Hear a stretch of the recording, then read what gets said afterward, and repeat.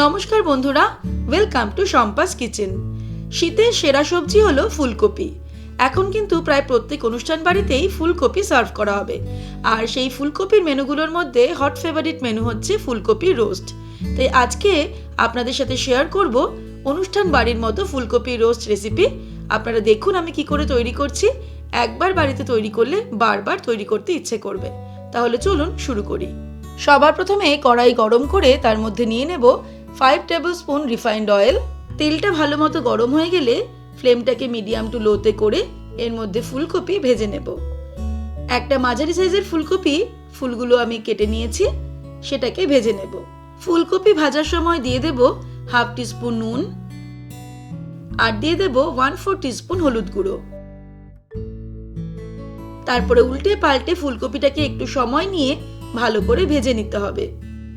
আমি এখানে অল্প তেলে ফুলকপিগুলো ভেজে নিচ্ছি, তবে অনুষ্ঠান বাড়িতে কিন্তু একদম ডোবা তেলে, ছাকা তেলে ফুলকপিগুলোকে ভেজে তুলে নেওয়া হয়। ফুলকপি ভাজা হয়ে গেছে, এবার এগুলোকে আমি কড়াই থেকে তুলে নেব।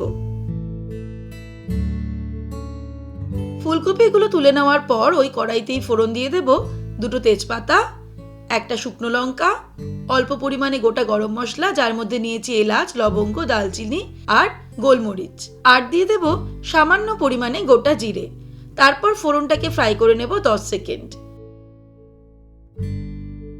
তারপর এর মধ্যে দিয়ে দিচ্ছি পেঁয়াজ বাটা। 2টো মাঝারি সাইজের পেঁয়াজ বেটে নিয়েছি, সে দুটো ফ্রাই করতে হবে। একটু সময় নিয়ে, মিনিট 5 সময় নিয়ে আমরা পেঁয়াজটাকে ফ্রাই করব মিডিয়াম টু লো ফ্লেমে। পেঁয়াজটাকে ফ্রাই করে নিয়েছি, এবারে এর মধ্যে দিয়ে দেব আদা রসুন বাটা 1 টিস্পুন। তারপরে আবারও 2 থেকে 3 মিনিট নাড়তে নাড়তে ফ্রাই করব, যাতে আদা রসুনের কাঁচা ফ্লেভারটা চলে যায়। আদা রসুনটাকেও ফ্রাই করে নিলাম। এবারে দিয়ে দিচ্ছি টমেটো কুচি। একটা বড় সাইজের টমেটো ভালো করে কুচিয়ে এর মধ্যে দিয়ে দেব, আর এর সঙ্গে দিয়ে দেব 1 টিস্পুন পরিমাণে নুন। তারপরে টমেটোটাকেও নাড়তে নাড়তে রান্না করব যতক্ষণ না টমেটোটা গলে যাচ্ছে।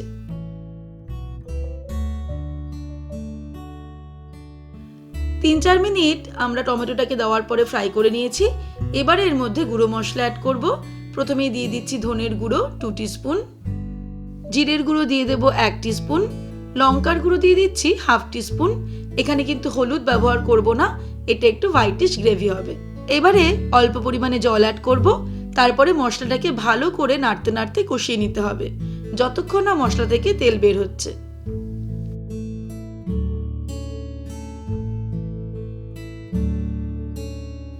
মশলা দেওয়ার পরে প্রায় 5-6 মিনিট ভালো করে কষিয়েছি। এখন কিন্তু মশলা থেকে তেল ছাড়তে শুরু করেছে। মশলা কষানো কমপ্লিট। এবারে এর মধ্যে দিয়ে দেব কাজু বাদাম আর চারমগজ বাটা। প্রায় গোটা 15টা কাজু বাদাম আর 1 টেবিল স্পুন চারমগজ উষ্ণ গরম জলে 15 মিনিট ভিজিয়ে রেখে মিক্সিতে একদম মিহি করে পেস্ট তৈরি করে নিয়েছি, সেটা দিয়ে দিলাম। এই কাজু বাদাম আর চারমগজ বাটা দিয়ে কিন্তু অনবরত নাড়তে নাড়তে মশলাটাকে কষাতে হবে, কারণ এই কাজু বাদাম দেওয়ার পরে নিচে লেগে যাওয়ার একটু টেন্ডেন্সি থাকে, তাই নাড়িয়ে নাড়িয়ে রান্নাটা করতে হবে।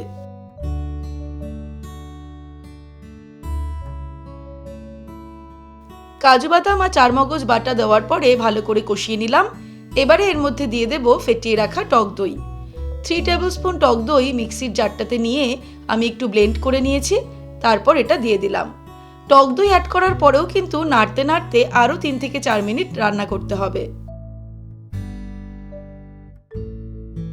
এই সময়েই দিয়ে দেব 2 টিস্পুন মতন চিনি। তবে চিনি, নুন আর ঝালের পরিমাণটা কিন্তু নিজেদের স্বাদ অনুসারে অ্যাড করতে হবে। তবে অনুষ্ঠান বাড়িতে এই প্রিপারেশনটা কিন্তু সামান্য একটু মিষ্টি মিষ্টি হয়।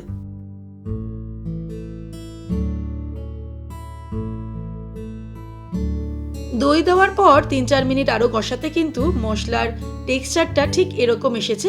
মশলা থেকে তেল ছাড়তেও শুরু করেছে। এই সময় আমাদের মশলা কষানো কমপ্লিট হলো। যত ভালো করে মশলাটাকে কষাবো ততই কিন্তু রান্নার টেস্ট ভালো হবে। মশলা এবারে কষানো কমপ্লিট হলো। এবারে এর মধ্যে ভেজে রাখা ফুলকপিগুলো দিয়ে দেব। তারপর ফ্লেমটাকে হাই করে 1 মিনিট মশলার সঙ্গে নাড়তে নাড়তে কষিয়ে নিতে হবে।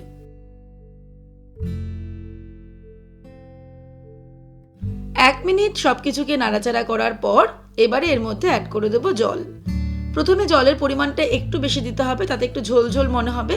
কারণ না হলে কিন্তু যেহেতু কাজু বাদাম আর চারমগজ রয়েছে, গ্রেভিটা অনেকটাই ঘন হয়ে যাবে বা জমে যাবে। জল দেওয়ার পরে তারপরে যেই গ্রেভিটা ফুটতে শুরু করবে, ফ্লেমটাকে একদম লোতে করে ঢাকা দিয়ে 10 মিনিট রান্না করব, যাতে ফুলকপিটা ভালো মতো সিদ্ধ হয়ে যায়। 10 মিনিট হয়ে গেছে, আমরা দেখে নেব ফুলকপি সিদ্ধ হয়েছে কিনা। আর গ্রেভিটাও কিন্তু বেশ খানিকটা ঘন অলরেডি হয়ে গেছে, আর ঠান্ডা হলে আরও কিছুটা ঘন হয়ে যাবে।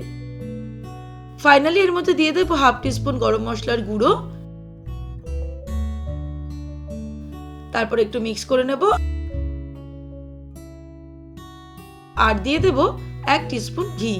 ব্যাস, ঘিটাকেও সামান্য নেড়ে চেড়ে ওভেনটাকে অফ করে দেব।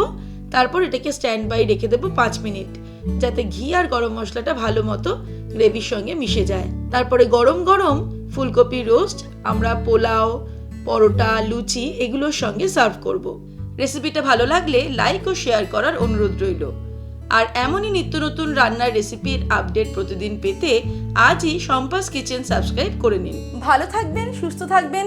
আমি আবার হাজির হব নতুন নতুন রেসিপির সঙ্গে। নমস্কার।